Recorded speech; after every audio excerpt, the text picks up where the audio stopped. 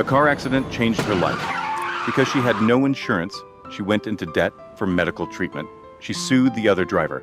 It should have been an easy win. But Erin disrespected the court, used foul language, and ended up losing the case. She even insulted the lawyer. Back home, the kitchen was a mess.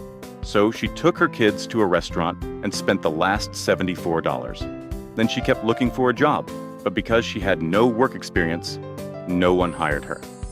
However, she walked into a law firm and forced the boss to hire her with just a few words. And that very day, she asked to be paid in advance. She had no choice, for her kids' sake. The next day, the boss asked her to help find a file and asked why she didn't attend the women's lunch gathering. Erin said maybe she wasn't welcome. Before leaving, the boss reminded her to dress appropriately. She talked back, so don't care about others' opinions. Do what's right. That night, she looked at a case. What was confusing was that it involved real estate, but also medical records and blood test reports.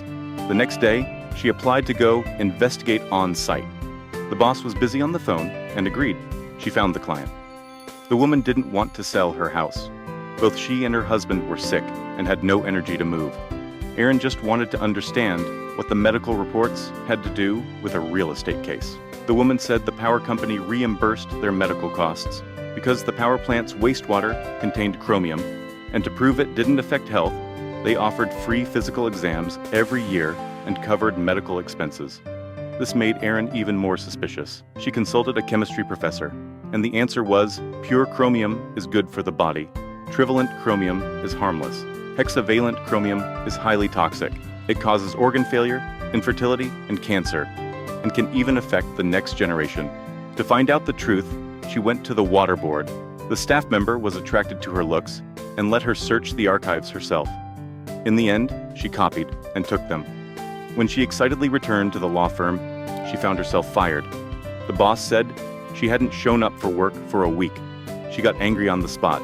She had left messages and reported in. Helpless, she went home. A pile of bills gave her a headache. She started job hunting again when the boss suddenly showed up. The chemistry professor had received the chromium report. It was severely over the limit, so that might be the cause of the illnesses. The boss wanted to see her materials. She demanded her job back, a 10% raise, and employee benefits. The boss had no choice but to agree.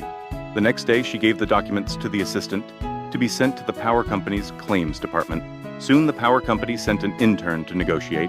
They raised the buyout offer from $60,000 to $250,000. With such an insincere negotiation, the boss walked out. The other side warned them, this will be a long battle. A couple came to see Erin working overtime. They had sold their house to the power company too. The chickens they raised mutated, and the wife had 5 miscarriages with no cause found. They suspected it was related to the chromium. The next day, Erin continued her investigation. This family had suffered from skin rashes for years. This woman had stomach cancer, and this little girl didn't go to school. She went to the hospital often. Erin told the boss to unite the victims and sue the power company. The boss only wanted to help the clients get better house prices, treating it like a normal real estate case. If it became a toxic tort case, his small firm couldn't fight the power company. She blocked the boss at the door, asking him to take the case. The boss gave in. If there was evidence, he would do it. This uncompromising woman collected evidence by herself, scooped up poor frogs, and drew water from the well next to the power plant. Finally, it paid off. The first charge was established. The 84 defenses submitted by the other side were all dismissed. The case was officially filed. After that, the power company came to them, wanting to settle. Still showing no sincerity, faced with their arrogance, she lashed out at the other party. $20 million! How are hundreds of victims supposed to split that? They weren't trying to get rich overnight. They just wanted to live healthy lives, to not have to worry about cancer from the water supply, hysterectomies, or tumors, to let their children grow up healthy. The other party was speechless. Erin joked that even the water in their cups was shipped from the power plant. Helplessly, the negotiation ended briefly. Right after the meeting ended, her boss contacted a partner. Because the case was too difficult, they needed the support of a top lawyer. She was furious. She had worked hard for more than a year, completing all the groundwork. This was, without a doubt, giving away money. But her boss was also helpless. When Erin got home, she received a package, a $5,000 check and a red Jeep, given by her boss in recognition of her hard work.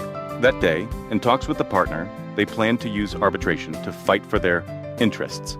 This would break Erin's promise to the residents, because a public trial would be a long battle. Some people might not live to see the results, as disease could take their lives before then. So, for arbitration to proceed, they needed the consent of 90% of the residents, over 600 people, an enormous challenge. She had to visit every household to get signatures. In the end, she succeeded. The final court arbitration awarded $330 million in compensation, and this woman received $5 million herself. At last, through everyone's efforts, the law-breaking company was punished, and the victims' rights were protected.